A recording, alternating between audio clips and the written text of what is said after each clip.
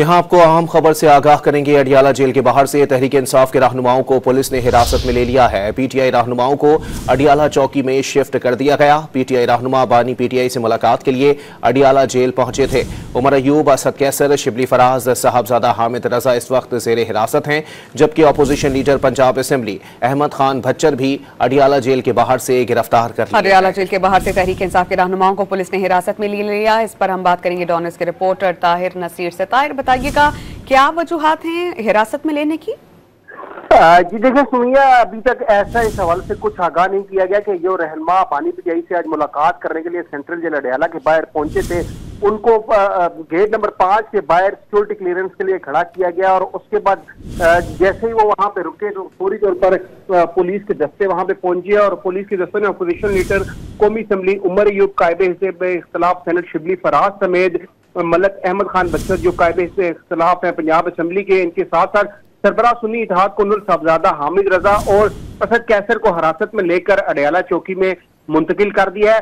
अभी तक रावलपिंडी पुलिस ये नहीं बता रही कि इन रहनुमाओं को किस केस में, किस मुकदमे में गिरफ्तार किया है, क्योंकि एक तरफ ये भी बताया जा रहा है कि रावलपिंडी में दफा 144 से नाफिज है और दफा 144 की खिलाफ वर्जी के हवाले से इनको हिरासत में लिया गया या इनके खिलाफ कोई और मुकदमा दर्ज है। ताहम अभी पुलिस जो है ना इसकी तस्दीक कर रही है कि इनको किन मुकदमों में गिरफ्तारी इनकी डाली जाएगी। अलबत्ता यह है कि इनको सेंट्रल जेल अडियाला के बाहर गेट नंबर 5 से हिरासत में लेकर अडियाला चौकी शिफ्ट किया गया है। जी अच्छा ताहिर, ये भी बताइएगा रहनुमाओं की गिरफ्तारी के बाद इस वक्त क्या सूरत हाल है अडियाला जेल के बाहर? क्या कारकुनान पहुंचना शुरू हो गए हैं?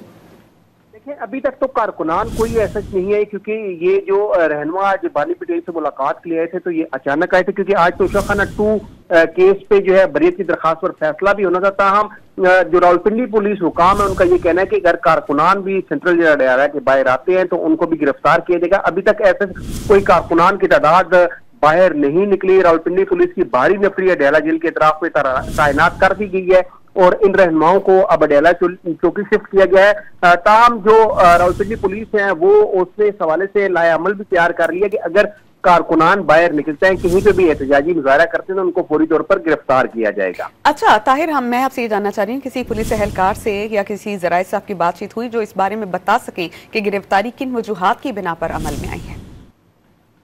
हवाले से पुलिस ऑफिशियल से राब्ता तो किया गया, ताहम उन्होंने किसी भी बात को जो है वो अभी कुछ नहीं बताया कि भाई किन मुकदमों में गिरफ्तारी डाली जाएगी। अलबत्ता एक जराये ने इस बात की तस्दीक की है कि दफा 144 की खिलाफ वर्जी का एक मुकदमा दर्ज किया जाएगा, उस मुकदमे में इनको गिरफ्तार किया जाएगा। ताहम और दूसरी जानिब जराये ये भी बताते हैं कई ऐसे मुकदमात हैं जिनमें ये रहनुमा नामजद है और हो सकता है किसी जो भी रिसेंटली एहतजाज हुआ था उससे उन मुमकिन तौर पर दफा 144 के नफाज जो किया गया था उसके खिलाफ वर्जी पर गिरफ्तारियां अमल आई हैं। ताहिर, बहुत शुक्रिया।